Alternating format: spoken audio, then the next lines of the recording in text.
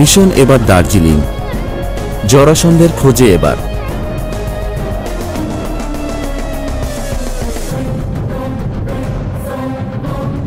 শুনে নিন আজকের এই বিশেষ গল্প।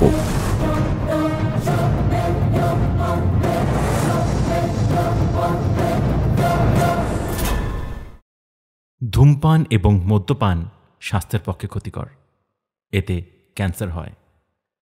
Smoking and alcohol consumption is injurious to health. It causes cancer.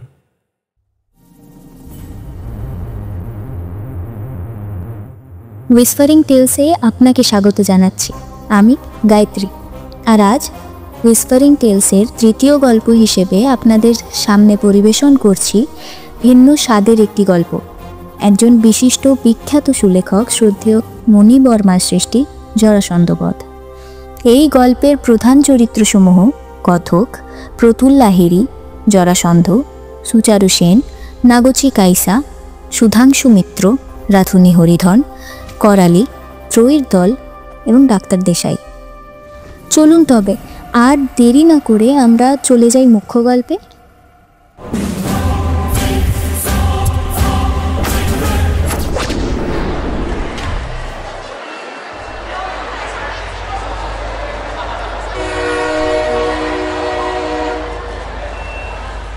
Train ছাড়তে প্রতুল যেন হাঁপ ছেড়ে বাঁচল। এবার শুধু ওঠার পালা। সমতল পৃথিবী পড়ে রইল পায়ের তলায়। কর্মকোলাহল, অভিব্যস্ত জনতার কলরব এখানে স্তব্ধ। অন্তত অবকাশের 7টা দিন নিবিড় শান্তিতেই কাটবে। খুশি মনে একটা সিগারেট ধরিয়ে প্রতুল চোখ ফেরালো প্রকৃতির দিকে। দার্জিলিংয়ে সেই প্রথম যাচ্ছে না, কিন্তু শীতে হিমালয়ের রূপ সত্যিই অভিনব। গাঢ় কুয়াশা পুঞ্জীভূত মেঘের মতোই পাথরের বুক আঁকড়ে দুলছে, নিচ্ছিদ্র সীমাহীন। তবু তারই বুক ভেদ করে মন্থরগামী সরীসৃপের মতোই ট্রেন চলেছে এঁকে বেঁকে। মনে হয় এই যেন অনন্ত যাত্রা অজ্ঞাতের উদ্দেশ্যে। দগ্ধপ্রায় সিগারেটটুকু বাইরে ছুড়ে দিয়ে প্রতুল ফিরে তাকাতেই টিকিট চেকার হাঁকলেন, টিকিট টিকিট। পকেট থেকে টিকিটখানা বার করে প্রতুল তাঁর হাতে দিল। ভদ্রলোক সাড়ম্বরে সেখানে পাঁচ করে ফিরিয়ে দিলেন। সেই সঙ্গে প্রতুলের মনে হলো নিপুণভাবে ভাঁজ করা এক টুকরো কাগজ যেন তার হাতের মধ্যে এসে গেছে।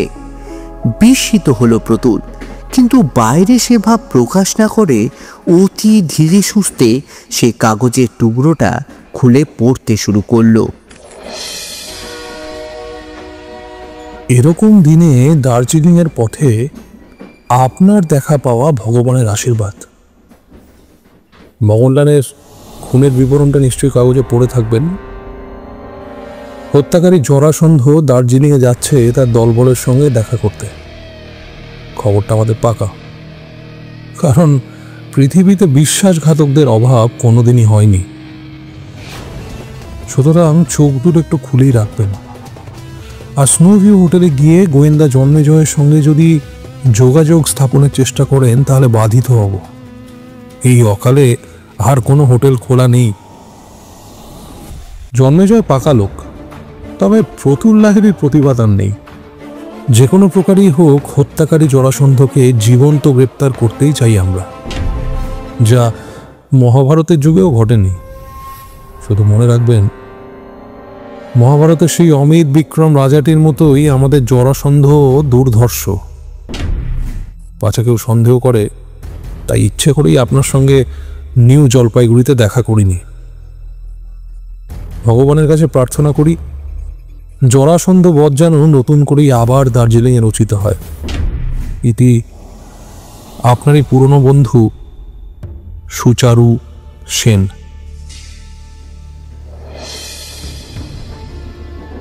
চিঠি পড়ে প্রতুল রীতিমতো চিন্তিত হয়ে উঠল।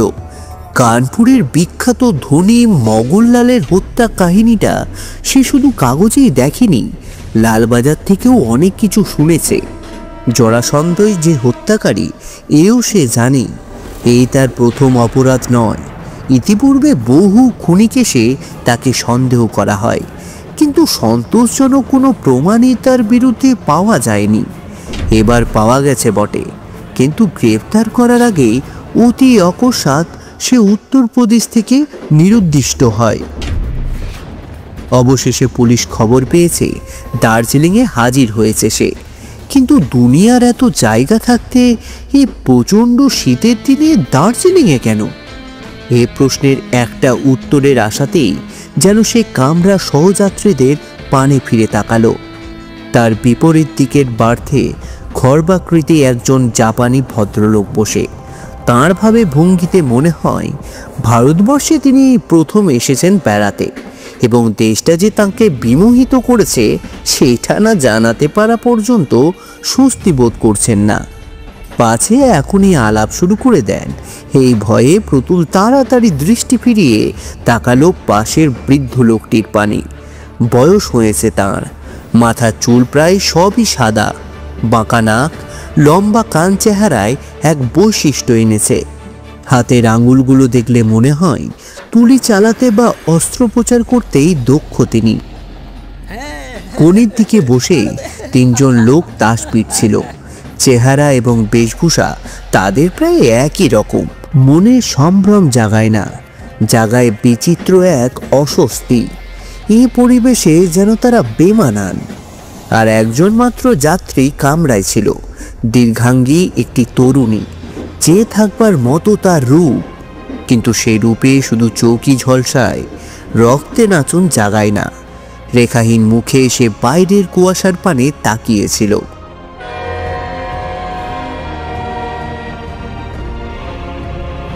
ট্রেন ঘুম স্টেশন থেকে ছাড়তেই প্রতুলের আশঙ্কা সত্যে পরিণত হলো। জাপানি ভদ্রলোক আর চুপ করে থাকতে পারলেন না। জানালেন নাম তাঁর নাগোচি কাইসা, দেশ ভ্রমণে বেরিয়েছেন।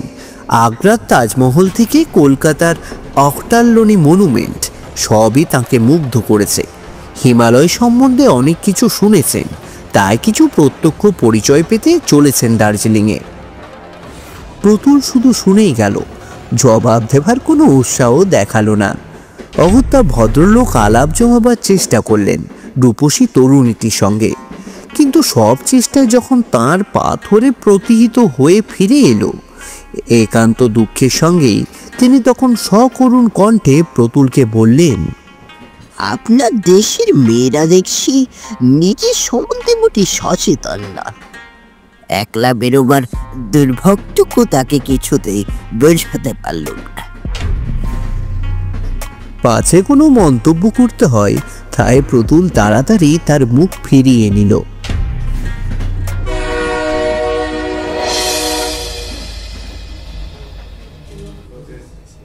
স্নো ভিউ হোটেলের ম্যানেজার সুধাংশু মিত্র প্রতুলকে সাদর অভ্যর্থনা জানালো। অপরাধীর ভঙ্গিতে বলল, অসময়ে এসেছেন, হয়তো কিছু অসুবিধা হবে। সত্যি বলতে কি, এই সময় এতগুলো অতিথি আমায় বেশ খানিকটা অবাক করে দিয়েছে। আন্তরিকতায় পরিচয় তার কথার সুরে। তবু প্রতুলের মনে হলো লোকটার মুখে চোখে যেন একটা দুশ্চিন্তার ছায়া। কামরার সেই লোক তিনজন ইতিমধ্যেই তাস পিটতে শুরু করে দিয়েছে। রূপসী তরুণীটি বারান্দার এক কোণে একা বসে, চোখে সেই শূন্য দৃষ্টি। সুধাংশু মিত্র আপ্যায়িত করবার জন্যেই চুপি চুপি প্রতুলকে বলল, ভদ্রমহিলা প্রত্যেক বছরই এই সময় আসেন ওর স্বামীকে নিয়ে। উনি নাকি দুর্ঘটনায় দার্জিলিংয়ে মারা যান। আর ওই বুড়ো মতন ভদ্রলোক, উনি হচ্ছেন ডাক্তার দেশাই, বোম্বের নামকরা সার্জন। আর ওরা তিনজন? প্রতুল আঙুল বাড়িয়ে খেলারত দলটিকে দেখিয়ে দিল। সুধাংশু মিত্রের মুখে আবার সেই দুশ্চিন্তার ছায়া দেখা দিল। একটু ইতস্তত করে সে বলল, ঘোরের দল বলেই বোধ হচ্ছে। ঘুরে বেড়ানোটাই হয়তো নেশা। এই সময় মিস্টার কায়সাকে দেখা গেল অদূরে। প্রতুলের পাশে দাঁড়িয়ে অনুচ্চ কণ্ঠে তিনি বললেন, ডাক্তার দেশাইয়ের সঙ্গে আলাপ হলো। বোম্বের খুব নাম করা ডাক্তার শুনল। কিসের জন্য নাকি দেশ ছাড়তে বাধ্য হয়েছেন। কথার সঙ্গে সঙ্গে সন্ধানী আলোকের মতোই দৃষ্টি দুটো তাঁর ফিরছিল। অকস্মাৎ খুশির উচ্ছ্বাসে চপল হয়ে উঠলেন তিনি। কারণটা কি জানবার জন্যে প্রতুল ফিরে তাকাতেই দেখল বারান্দার এক কোণে সেই রূপসী তরুণীটি এসে দাঁড়িয়েছে। মিস্টার কায়সা গোপন কথা বলার ভঙ্গিতে ফিস ফিস করে প্রতুলের কানে কানে বললেন, বিয়ানার কাছ থেকে ওর নামটা জেনে ফেলেছি, মিসেস সিনহা। এখানে এক দুর্ঘটনায় ওর স্বামী মারা যান, তাই প্রতি বছর একবার করে না এসে পারেন না। বেচারা, আমি যদি ওর মনটাকে একটু প্রফুল্ল করার চেষ্টা না করি। হাসি গোপন করে প্রতুল বলল, আমি হলে কিন্তু সে চেষ্টা করতাম না। কিন্তু পরোপকার করার প্রবৃত্তিটা মিস্টার কায়সার এমনই প্রবল যে তিনি নিরুৎসাহ হলেন না মোটেই। দ্রুত পায়ে মিসেস সিনহার পাশটিতে গিয়ে দাঁড়ালেন। কি যে বললেন প্রতুল সেটা ঠিক শুনতে পেল না। কিন্তু পর মুহূর্তে মিস্টার কায়সা আবার ফিরে এলেন। আক্ষেপে সুরে বললেন, চিনতে পারলুম না আপনার দেশের মেয়েদের। মনের চারিদিকে এমন একটা পাঁচিল তুলে রেখেছেন যে, ওহো, আপনার নামটাই এখনো জানা হয়নি। প্রবোধ পাকরাশি, কলকাতায় আমার কাঠের কারবার। সম্মিত মুখে জবাব দিল প্রতুল। ঘনিষ্ঠতায় উপচে উঠলেন মিস্টার কায়সা। একখানা কার্ড প্রতুলের হাতে গুঁজে নিয়ে বললেন, যদি কোনোদিন জাপানে যান নিশ্চয়ই আমার বাড়িতে উঠবে। আদর অভ্যর্থনার কোনো ত্রুটি থাকবে না। কার্ডখানা পকেটে ভরতে ভরতে অপ্রস্তুতের অভিনয়ে প্রতুল বলল, ভারী লজ্জা দিলেন। আমার কোনো কার্ড নেই যে আপনাকে দিই।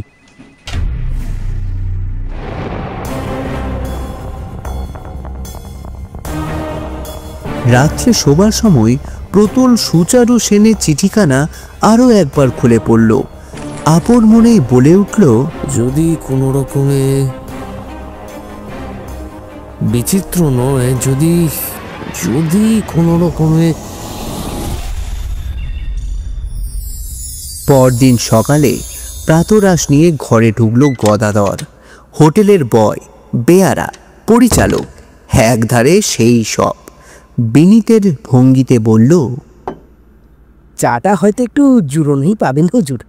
এত শীত যে কোনো জিনিসই গরম রাখা যাচ্ছে না আর। প্রতুল সম্মিত হাসি হেসে বলল, প্রকৃতি দেবীর জুলুম মাথা পেতে নিতেই হবে।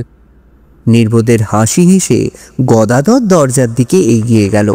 কিন্তু বেরিয়ে না গিয়ে সতর্ক দৃষ্টিতে সে একবার বাইরেটা দেখে নিল। তারপর জোরে খিল দিয়ে প্রতুলের কাছে এসে চাপা গলায় পড়ল, আপনি তো প্রতুল বাবু, আমি জন্মেজয়। প্রতুল মৃদু হেসে জবাব দিল। আমিও তাই সন্দেহ করেছিলাম। গলায় চাপা উত্তেজনা সুর ফুটে উঠল জন্মেজয়ের। বলল, কাল রাত্রে মস্ত একটা দুর্ঘটনা ঘটে গেছে। হাতের কাপটা নামিয়ে রেখে সব বিষয়ে প্রতুল বলে উঠল, কি ধরনের দুর্ঘটনা? তুষার ঝড়ে রেল লাইন উপড়ে ফেলেছে, রাস্তাও তো বন্ধ হয়ে গেছে। অবশ্য মানুষের কাজও হতে পারে, তবে কাজ জারি হোক। মোট কথা বাইরের জগতের সঙ্গে দার্জিলিংয়ের সব যোগসূত্র একেবারে ছিন্ন হয়ে গেছে। দিন 2-4 আগে যে সারানো হবে তা মনে হয় না। তৎরাজ প্রতুলের মুখে কোনো রেখাপাত হলো না। অনুচ্চ কণ্ঠে শুধু বলল, খবরটা বেশ চাঞ্চল্যকর বলেই মনে হচ্ছে। প্রায় সঙ্গে সঙ্গেই জন্মেজয় বলল, শুধু তাই নয়, এর থেকে বোঝা যাচ্ছে যে আমাদের বড় কর্তা মানে সুচারুবাবু যে সংবাদটা পেয়েছেন সেটা পাকা। জরাসন্ধের বৈঠক বসবে এখানে, যাতে কোনো বিঘ্ন না ঘটে, সেই জন্যই তো এই ব্যবস্থা। প্রায় আজগুবি গল্পের মতো শোনাচ্ছে না? ঠিক তাই। আমার তো বিশ্বাস জরাসন্ধ লোকটা শুধু খুনেই নয়, আস্ত একটা পাগল। প্রতুল একটু চুপ করে থেকে বলল, কিন্তু এখানেই যখন তার বৈঠক আর পথঘাট যখন বন্ধ করে দিয়েছে, তখন ধরে নেওয়া যেতে পারে যে জরাসন্ধ স্বয়ং দার্জিলিংয়ে হাজির। তাতে কোনো সন্দেহ নেই। আবার কিছুক্ষণ স্তব্ধতা। হঠাৎ এক সময় প্রতুল প্রশ্ন করল, ডাক্তার দেশাইকে আপনার কিরকম মনে হয়? তিনি কি ছদ্মবেশী জরাসন্ধ হতে পারেন? জন্মেজয় মাথা নেড়ে জবাব দিল, না, ডাক্তার দেশাইয়ের ছবি দু একবার আমি কাগজে দেখেছি, তার সঙ্গে ওর চেহারার যথেষ্ট মিল আছে। কিন্তু পুলিশের চোখেই যে ধুলো দিতে চায়, সে নিশ্চয়ই ছদ্মবেশের সাহায্য নেবে।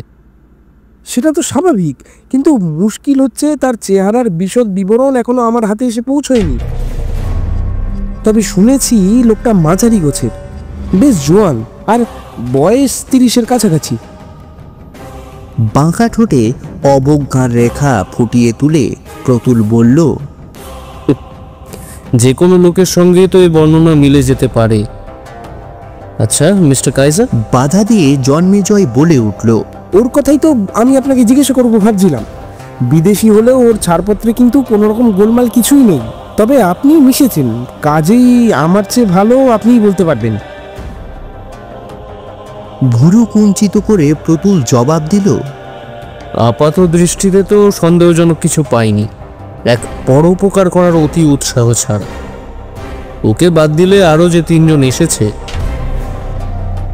আমি হলফ করে বলতে পারি যে ওরা জরাসন্ধর দলেরই লোক।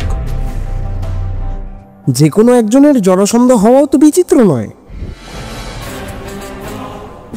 প্রতুল মনে মনে স্মরণ করবার চেষ্টা করল 3টে মুখখানা। সৌন্দর্যের গর্ব অবশ্য কেউই করতে পারে না। যে কোনো একজন জরাসন্ধ স্বয়ং হলেও আশ্চর্য হবার কিছু নেই। কিন্তু একসঙ্গে দার্জিলিং আসার পেছনে কোনো যুক্তি খাড়া করা যায় না। বৈঠক যেখানে খুশি তারা বসাতে পারত, তার জন্যে তুষরাবৃত এই হিমির দেশে ছুটে আসার কি কারণই বা থাকতে পারে? সন্তুষ্ট হতে পারল না প্রতুল। সংশয়াচ্ছন্ন কণ্ঠে প্রশ্ন করল, না না না, হোটেলের লোকজন সবাইকে কি আপনি চেনেন? কৃপার হাসি ফুটে উঠল জন্মেজয়ের ঠোঁটের কোণে। লোকজন বলতে তো এক বুড়ো রাঁধুনি আর তার বুড়ি স্ত্রী, যে ঝিয়েরও কাজ করে, আর একজন বয়, যার বদলে এই আমি কাজ করছি এখন। ম্যানেজার সুধাংশুবাবু নিশ্চয়ই আপনার পরিচয় জানেন। প্রশ্নটা যেন নতুন করেই জন্মেজয়কে ভাবিয়ে তুলল। নিশ্চয়ই, তার সাহায্য তো আমাকে গোড়াতেই নিতে হয়েছে। আচ্ছা, আপনি লক্ষ্য করেছেন তাকে দেখলে যেন কেমন মনে হয়, বেশ দুশ্চিন্তাগ্রস্ত, তাই না? প্রশ্নটা যেন নতুন করেই জন্মেজয়কে ভাবিয়ে তুলল। প্রতুল পুনরায় জিজ্ঞাসা করল, আপনার কি মনে হয় সেটা নিছক পুলিশের ব্যাপারে জড়িয়ে পড়ার ভয়ই? আপনি কি বলতে চান? ভদ্রলোক আরও কিছু জানেন? আমার তো তাই বিশ্বাস। হতেও পারে। মুহূর্তকাল স্তব্ধ থেকে জন্মেজয় বলে উঠল, সুধাংশুবাবুর মনে কি আছে সেটা জানবার চেষ্টা করলে কেমন হয়? মাথা নাড়ল প্রতুল। দ্বিধা ভরা কণ্ঠে বলল, আমার মনে হয় খোঁচাখুচি না করাই ভালো। আমরা যে কিছু সন্দেহ করেছি সেটা বুঝতে না দিয়ে শুধু সতর্ক দৃষ্টি মেরে রাখাই আমাদের উচিত। জন্মেজয় দূরের দিকে এগিয়ে যেতে যেতে জিজ্ঞাসা করল, আপনার বিশেষ কোনো নির্দেশ আছে? বর্তমানে না। আমি এখনো ভেবেই পাচ্ছি না যে ওদের এখানে বৈঠক বসাবার উদ্দেশ্যটা কি হতে পারে। টাকা ভাগ বাটোয়ারা, কারণ মগনলালের খুনের সঙ্গে বহু লাখ টাকাও উধাও হয়। তবু প্রতুল যেন সন্তুষ্ট হতে পারল না। আপন মনেই বলল, কিন্তু ভাগ বাটোয়ারার জন্য দার্জিলিং কি করে প্রশস্ত জায়গা হলো? এখানে লোক আসতে পারে এক সুন্দরী নারীর সঙ্গে মিলিত হবার। কথাটা শেষ হবার আগেই জন্মেজয় চট করে তার কাছে সরে এলো। উদ্বেগ কৌতূহলে সুরে প্রশ্ন করল, আপনার কি মনে হয় মিসেস সিনহার সঙ্গে জরাসন্ধের কোনো সম্বন্ধ আছে? এরকম সম্ভাবনা কিন্তু আমার মনে একবারও। বাধা দিয়ে প্রতুল বলল, নারী চিরদিনই অঘটন ঘটন পটিয়সী। আর এমন পরিবেশ ছাড়া আর কোথায় বা তাদের মিলন ঘটতে পারে? জন্মেজয় কতক্ষণ স্থির দৃষ্টিতে প্রতুলের মুখের পানে কিছুক্ষণ তাকিয়ে রইল। তারপর এক সময় খিল খুলে ধীরে ধীরে ঘর থেকে সে বেরিয়ে গেল। সারাটা দিন নিরুপদ্রবেই কেটে গেল। হোটেলে প্রচুর পরিমাণে রসদ মজুদ ছিল, তাই ম্যানেজার সুধাংশু মিত্র সকলকে অভয় বাণী শোনালো, উপবাসে মরতে হবে না। মাঝখানে একবার প্রতুল ডাক্তার দেশাইয়ের সঙ্গে আলাপ জমাবার চেষ্টা করেছিল, কিন্তু দুর্ভেদ্য বর্মের আড়াল থেকে তিনি জানিয়ে দিয়েছিলেন যে ডাক্তারি শাস্ত্রের চর্চাই তার জীবনের একমাত্র বিলাস এবং সে সম্বন্ধে আনাড়ির সঙ্গে কোনো আলোচনা করতে তিনি প্রস্তুত নন। অতঃপর প্রতুল গিয়েছিল রান্নাবাড়িতে। বুড়ো রাঁধুনি হরিধন তখন স্ত্রী করালির সঙ্গে তরকারিতে মশলা দেওয়া নিয়ে বচসা শুরু করেছিল।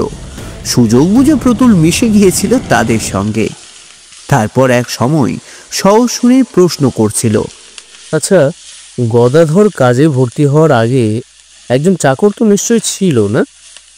মুখভঙ্গি করে অনুকম্পা সুরে হরিধন জবাব দিয়েছিল, হ্যাঁ, অর্জুন। ওই নামটাই সর্বস্ব। যেমন করে তেমনি আনাড়ি। কতদিন ছিল? বড়জোর সপ্তাহখানেক হবে। তারপরেই জবাব হয়ে গেল। তার জন্য হোটেলের দুর্নাম তো আর হতে পারে না। প্রতুল সাই দিয়ে বলেছিল, বটেই তো। লোকটা গেল কোথায়? ঝাঁঝালো গলায় করালি ঝংকার দিয়ে উঠেছিল, এবার যে চুলো থেকে এসেছিল।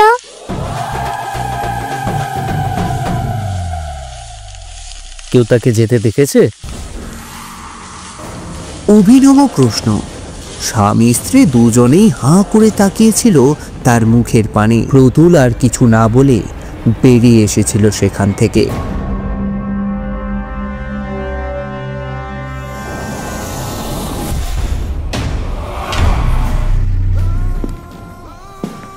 চলতে চলতে নজর পড়েছিল ওপরের দিকে। হোটেলের বাড়িটা বেশ বড়ই বলতে হবে। কজনই বা অতিথি, তাই পেছন দিকের প্রায় সবটাই তালা চাবি দেওয়া। মোড় ঘুরতে গিয়ে তার সঙ্গে প্রায় মুখোমুখি হয়ে গিয়েছিল ত্রয়ীর একজনের সঙ্গে। মুহূর্তের জন্য লোকটার সামনে কয়েকটা দাঁত বিকশিত হয়ে উঠেছিল, যেমন শিকার দেখলে হিংস্র প্রাণীদের হয়। কোনো কথা না বলে প্রতুল পাশ কাটিয়ে নিজের ঘরে ফিরে এসেছিল।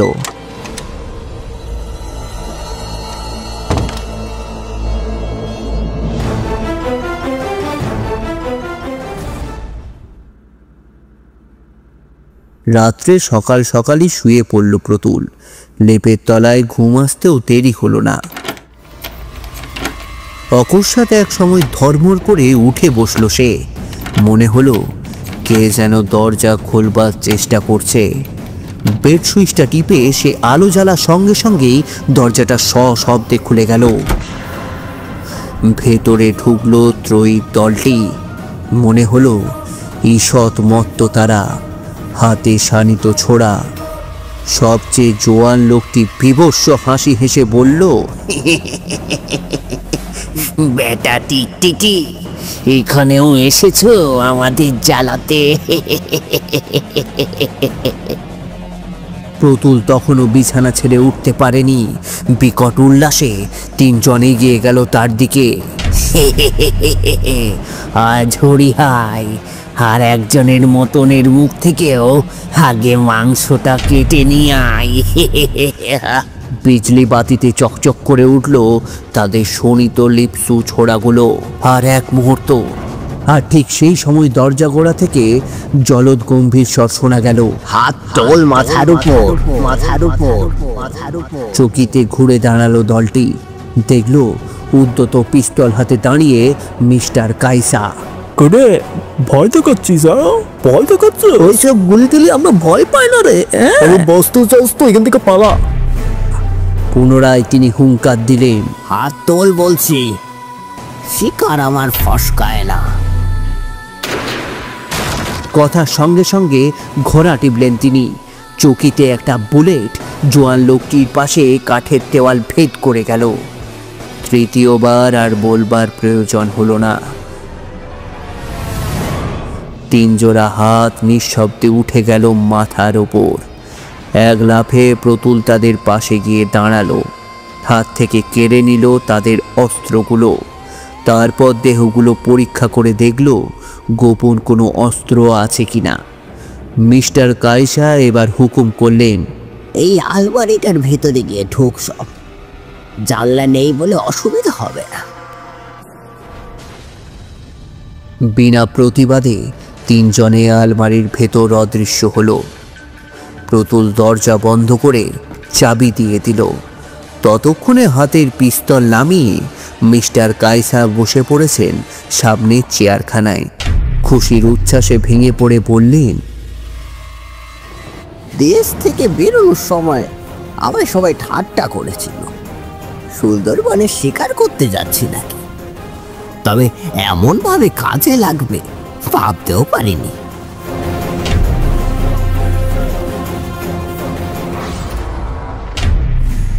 প্রতুল তাঁর করমর্দন করে কৃতজ্ঞতায় ভরে বলে উঠল, আপনি ঠিক সময়ে এসে না পড়লে এতক্ষণে হয়তো বিয়োগান্তক নাটক ঘটে যেত। আপনার ঋণ। বাধা দিয়ে মিস্টার কায়সা সলজ্জ কণ্ঠে বললেন, ওটার উল্লেখ না করলেও চলবে। এখন বন্দী 3 জনকে নিয়ে কি করা যায় বলুন?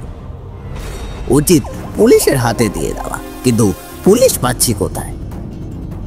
চলুন তার চেয়ে বরং ম্যানেজারের সঙ্গে একটা পরামর্শ।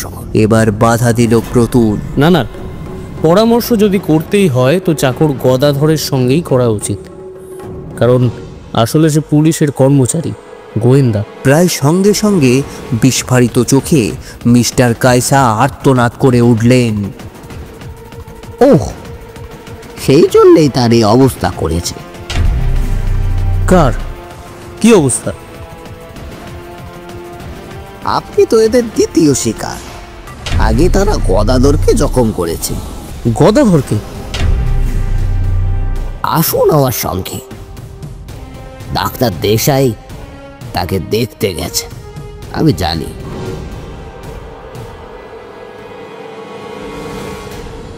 জন্মেজয়ের ছোট ঘরখানা ওপরে ছাদের এক কোণে। ডাক্তার দেশাই আহত লোকটির মুখে নিপুণ হাতেই ব্যান্ডেজ করছিলেন। তারা ঢুকতেই ডাক্তার দেশাই ফিরে তাকালেন, স্বস্তি সুরে বললেন, ও আপনারা? মানুষ যে এত নৃশংস হতে পারে না দেখলে ভাবাও যায় না। মিস্টার কায়সা ব্যগ্র কণ্ঠে প্রশ্ন করলেন, প্রাণের কোনো ভয় নেই তো? না, তা নেই, তবে চুপচাপ পড়ে থাকতে হবে এখন কিছুদিন। ঘা বিষাক্ত হবার অবশ্য ভয় নেই। 3 জনে একসঙ্গেই বেরিয়ে এলেন। মিস্টার কায়সা প্রতুলকে জিজ্ঞাসা করলেন, গদাধর সত্যি কি পুলিশ গোয়েন্দা? প্রতুল নীরবে শুধু মাথা নাড়ল। কিন্তু এখানে কি করতে এসেছেন উনি? একজন খুনি আসামির সন্ধান পেয়ে। সংক্ষেপে প্রতুল তাঁদের ব্যাপারটা বুঝিয়ে দিল। ডাক্তার দেশাই উত্তেজিত কণ্ঠে বলে উঠলেন, জরাসন্ধের নাম আমি কাগজে দেখেছি। লোকটার সঙ্গে যদি একবার দেখা হতো। আমাদের শাস্ত্রের চমৎকার কেস। তার শৈশবকালটা কিভাবে কেটেছে জানতে ভারী আগ্রহ হচ্ছে আমার। আমার কিন্তু আগ্রহ হচ্ছে এই মুহূর্তে লোকটা কোথায় আছে সেটাই সঠিক জানতে। মিস্টার কায়সা বলে উঠলেন, আমাদের বন্দি 3 জনের ভেতর নেই তো? আমার কিন্তু বিশ্বাস হয় না। অসন্তোষের সঙ্গে জবাব দিয়ে প্রতুল ফিরতে গেল, কিন্তু অকস্মাৎ তার দৃষ্টি নিবদ্ধ হলো মেঝের কার্পেটের ওপর। হালকা গোলাপি রঙের কার্পেটের খানিকটা অংশ গাঢ় বাদামি রং ধারণ করেছে। গভীর উত্তেজনার সঙ্গে সে বলে উঠল, পায়ের ছাপ, পায়ের ছাপ, পায়ের ছাপ রক্তে ভেজা। হোটেলের অব্যবহার্য অংশের দিক থেকে আসছে।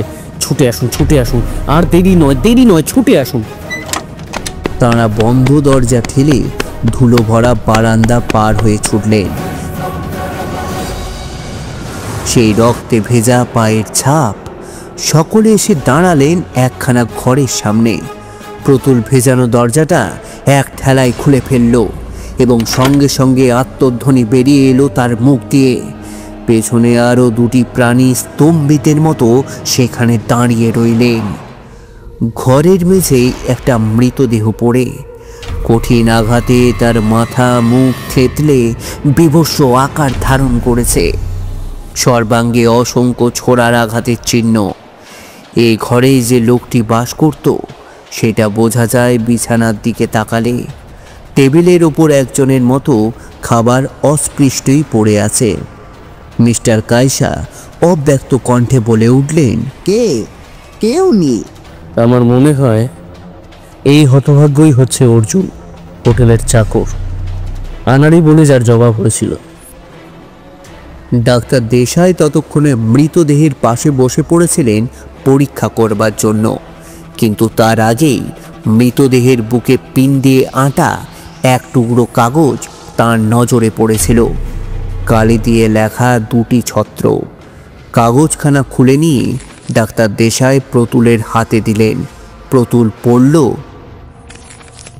জরাসন্ধ ইহজীবনে আর কাউকে হত্যা করবে না, ঠকাবে না তার বন্ধুদের। মিস্টার কায়সা সবিস্ময়ে বলে উঠলেন, এই তাহলে জরাসন্ধ, কিন্তু এখানে কি করে এলো? আর আপনি বা অর্জুন বললেন কেন প্রবোধবাবু? ওই নামেই পরিচয় দিয়েছিলেন তিনি। চাকরিতে জবাব হওয়ার পর সকলেই ভেবেছিল তিনি ফিরে গেছেন, কিন্তু কেউই তাকে যেতে দেখেনি। ডাক্তার দেশাই ধীর গম্ভীর কণ্ঠে বললেন, কারণটা কি বলে আপনার মনে হয়? হোটেলের ম্যানেজারের মুখে দুশ্চিন্তার ছায়া কেন, এর থেকে তার জবাবটা পাবো আশা করি। জরাসন্ধ নিশ্চয়ই হোটেলের এই গোপন জায়গায় থাকবার জন্য মোটা ঘুষ দিয়েছিল তাকে। অর্থাৎ জরাসন্ধ তারপর থেকে লুকিয়েছিল এখানে? অসম্ভব নয়, বুঝতেই তো পারছেন। কিন্তু কে জরাসন্ধকে খুন করলো? কেনই বা করলো? মিস্টার কায়সা ফিরে তাকিয়ে জবাব দিলেন, উত্তরটা তো খুবই সোজা। দলের লোকজনকে বকা দেওয়ার কথা ছিল এখানে, কিন্তু জরাসন্ধ নিশ্চয় দিতে চায়নি। ভেবেছিল এখানে লুকিয়ে তাদের হাত থেকে পরিত্রাণ পাবে, কিন্তু ভুল হয়েছিল তার। যে করেই হোক, খবর পেয়ে দলের লোকজন শিকারী কুকুরের মতন তাকে ধাওয়া করেছে। তারপর জুতোর ডগা দিয়ে মৃতদেহটা স্পর্শ করে তিনি আবার বললেন, এইভাবেই হিসেব নিকেশ শেষ হয়েছে। প্রতুল অস্ফুট কণ্ঠে বলল, অবশ্য এ ধরনের বৈঠক আমরা ঠিক কল্পনা করতে পারিনি। ধৈর্য হারিয়ে ডাক্তার দেশাই বললেন, আরে কল্পনা কি করতে পেরেছেন ও না পেরেছেন, তার চেয়ে প্রয়োজন হয়ে পড়েছে বাস্তবটা নিয়ে মাথা ঘামাবার। এখানে একটা লাশ, আর আমার হাতে একজন মরণাপন্ন রুগী, অথচ ওষুধপত্র বিশেষ কিছুই নেই। কবে যে আবার রাস্তাঘাট আর রেল লাইন মেরামত হবে? সঙ্গে সঙ্গে মিস্টার কায়সা বললেন, আর আলমারির ভেতর চাবি দেওয়া তিনজন খুলে। ডাক্তার দেশাই ক্ষিপ্তের মতো চিৎকার করে উঠলেন, কি করা যায় এখন? আগে ম্যানেজার সুধাংশু মিত্রকে ধরতে হবে। টাকার লোক ছাড়া লোকটার কোনো পাপে পাপী নয় বলেই মনে হচ্ছে। এই ধরনের লোক স্বভাবত ভীতু হয়। আমরা যা বলবো ঠেলতে সাহস করবে না। হরিধনের কাছ থেকে কিছু দড়ি দ্বারা জোগাড় করে ওই বন্দি লোক তিনজনকে বেঁধে ফেলে এমন জায়গায় রাখা উচিত যেখানে আমরা সর্বদা চোখ রাখতে পারবো। মিস্টার কাইজা পুলিশ না আসা পর্যন্ত পিস্তল হাতে স্বচ্ছন্দে পাহারাদারের কাজটা করতে পারবেন। আর আমি কি করব? অসহিষ্ণু কণ্ঠে বলে উঠলেন ডাক্তার দেশাই। প্রতুল ভারী গলায় উত্তর দিল, রোগীর জন্য ডাক্তারের যা করা উচিত আপনি তাই করবেন, আর আমরা করব অপেক্ষা, যতক্ষণ না বাইরে থেকে সাহায্য আসে।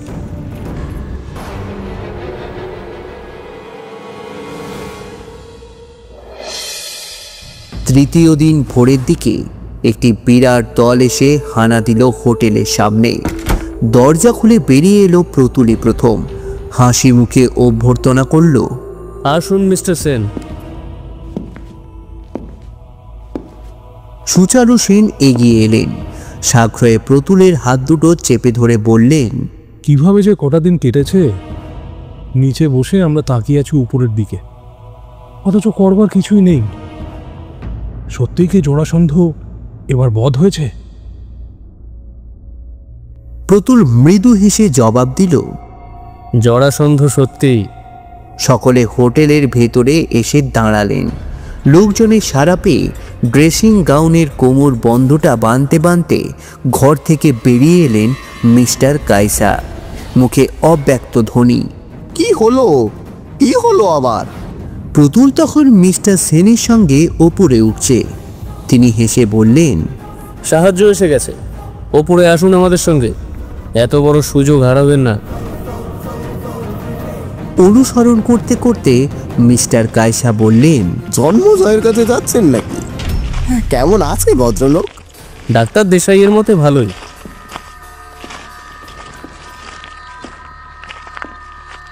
সকলে জন্মেজয়ের ঘরের সামনে এসে দাঁড়ালে। ভেজানো দরজাটা সশব্দে খুলে দিয়ে প্রতুল বলল, এই ঘরে রয়েছে আপনাদের জরাসন্ধ। জীবন্ত গ্রেপ্তার করতে চেয়েছিলেন, করুন। আশা করি ফাঁসির মঞ্চকে ফাঁকি দিতে পারবে না। বিছানার ওপর ব্যান্ডেজ বাঁধা মুখ নিয়ে যে লোকটি পড়েছিল, চৌকিতে সে উঠে বসল, কিন্তু নড়বার আগেই সদলে সুচারু সেন তাকে ঘিরে ফেললেন। মিস্টার কায়সা বিস্ময় রুদ্ধ কণ্ঠে বলে উঠলেন, কিন্তু উনি তো গোয়েন্দা জন্মজয়। কথা দশে যে উনি হোটেলে চাকরি নিয়েছেন। গদাধর ঠিকই, তবে জন্মেজয় নন। জন্মেজয় হচ্ছেন অর্জুন, হোটেলের সেই আনাড়ি চাকরটি যাকে খুন করা হয়েছে। যে রাত্রে আমার ওপর খুনের চেষ্টা হয়, সেই রাত্রেই জরাসন্ধ তাকে খুন করেছে। চায়ের টেবিলে বসে মিস্টার কায়সা হাঁ করে প্রতুলের বিবৃতিটুকু গিলতে লাগলেন। কতগুলো জিনিস আমাদের জানতেই হয়, জানতে হয় পেশা বলে। পুলিশের গোয়েন্দা আর খুনি আসামির ভেতর যে পার্থক্য, সেটা আমাদের চোখে গোপন থাকে না। গদাধর যে হোটেলের চাকর নয়, সেটা যেমন আমি প্রথম দর্শনেই বুঝেছিলাম, তেমনই বুঝেছিলাম যে সে পুলিশের গোয়েন্দাও নয়। বাইরের লোকের চোখে সে গোয়েন্দা সাজতে পারে, কিন্তু যে নিজে গোয়েন্দা, তার চোখে ফাঁকিটুকু ধরা পড়বে। কাজেই আমায় সতর্ক হতে হলো। সন্ধ্যার সময় কফিটুকু খেতেও আমার ভরসা হলো না। ভুল যে আমি করিনি তার প্রমাণ পেলুম খানিকটা পরেই। ওই তিনটি লোকের একজন আমার ঘরে এসে ঢুকলো। আশা করেছিল কফিতে মেশানো ওষুধ খেয়ে আমি জ্ঞান হারিয়ে ফেলেছি। খোঁজ করতে করতে সে আমার জামার পকেট থেকে মিস্টার সেনের চিঠিটাও বার করে নিল। পরদিন সকালেই গদাধর চা নিয়ে এলো আমার ঘরে। নিজের অংশটুকু সে ভালোই অভিনয় করে গেল, কিন্তু সে যে বিষম ভয় পেয়েছে সেটা বুঝতে আমার বাকি ছিল না।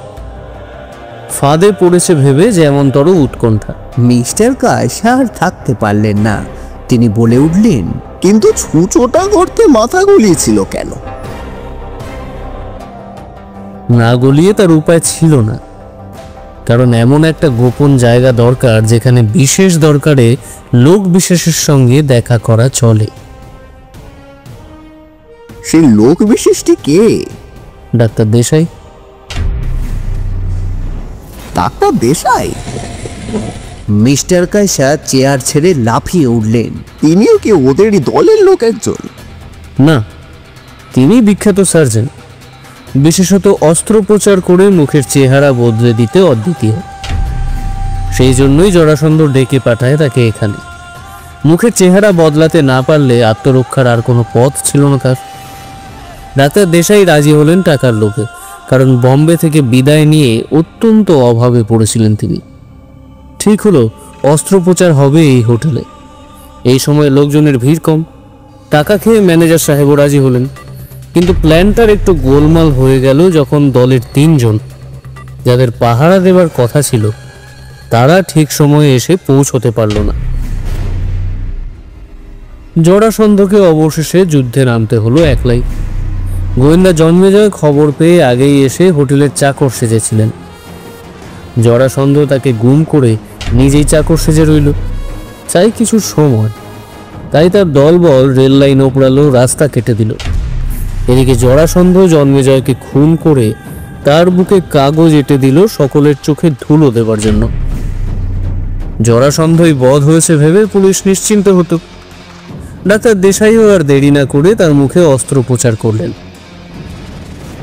কোনো দিকে আর চিন্তা করবার কিছু রইল না, এক প্রতুল লাহিড়ীকে পথ থেকে সরিয়ে দেওয়া ছাড়া। সেই জন্যই আমার ঘরে অভিযান।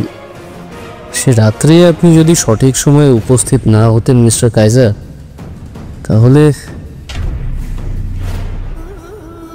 বিস্ময়ে মুখবেদান করে মিস্টার কায়সা বলে উঠলেন, আপনি তাহলে প্রতুল লাহিড়ী, প্রমোদ বাকরাশি নন? মিথ্যে বলার জন্য মার্জনা করবেন আমার বিদেশি বন্ধু। আপনি তাহলে গোড়া থেকেই সব জানতেন। জরাসন্ধ যে মারা যায়নি সেটা বুঝেছিলেন? নিশ্চয়ই।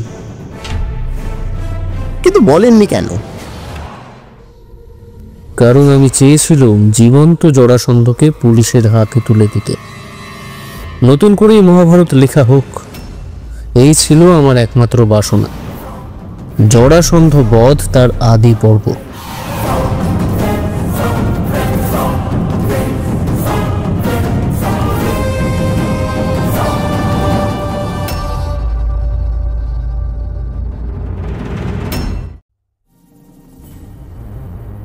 শেষ হলো আজকের এই বিশেষ গল্প, মণি বর্মার সৃষ্টি জরাসন্ধ বধ।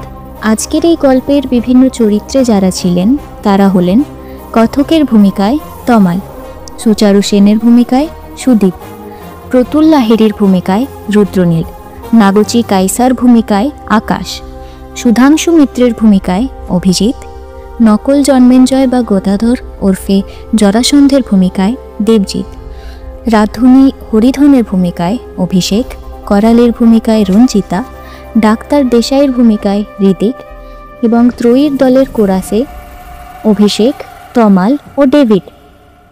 সাউন্ড ডিজাইনে ওয়েভক্রাফট স্টুডিওস, পোস্টার ডিজাইনে উইসপার আর্ট স্টুডিও এবং পর্ব পরিচালনায় আমি গায়ত্রী। শেষ হলো আমাদের চ্যানেলের তৃতীয় গল্প, শ্রদ্ধেয় মণি বর্মার অনবদ্য সৃষ্টি জরাসন্ধ বধ। পরবর্তী গল্প নিয়ে আমরা আবারও হাজির হব আপনার প্রিয় হুইসপারিং টেলসে। আর হ্যাঁ, গল্পটা কেমন লাগলো কমেন্ট বক্সে তা জানাতে ভুলবেন না। আজকের মতো শুভরাত্রি।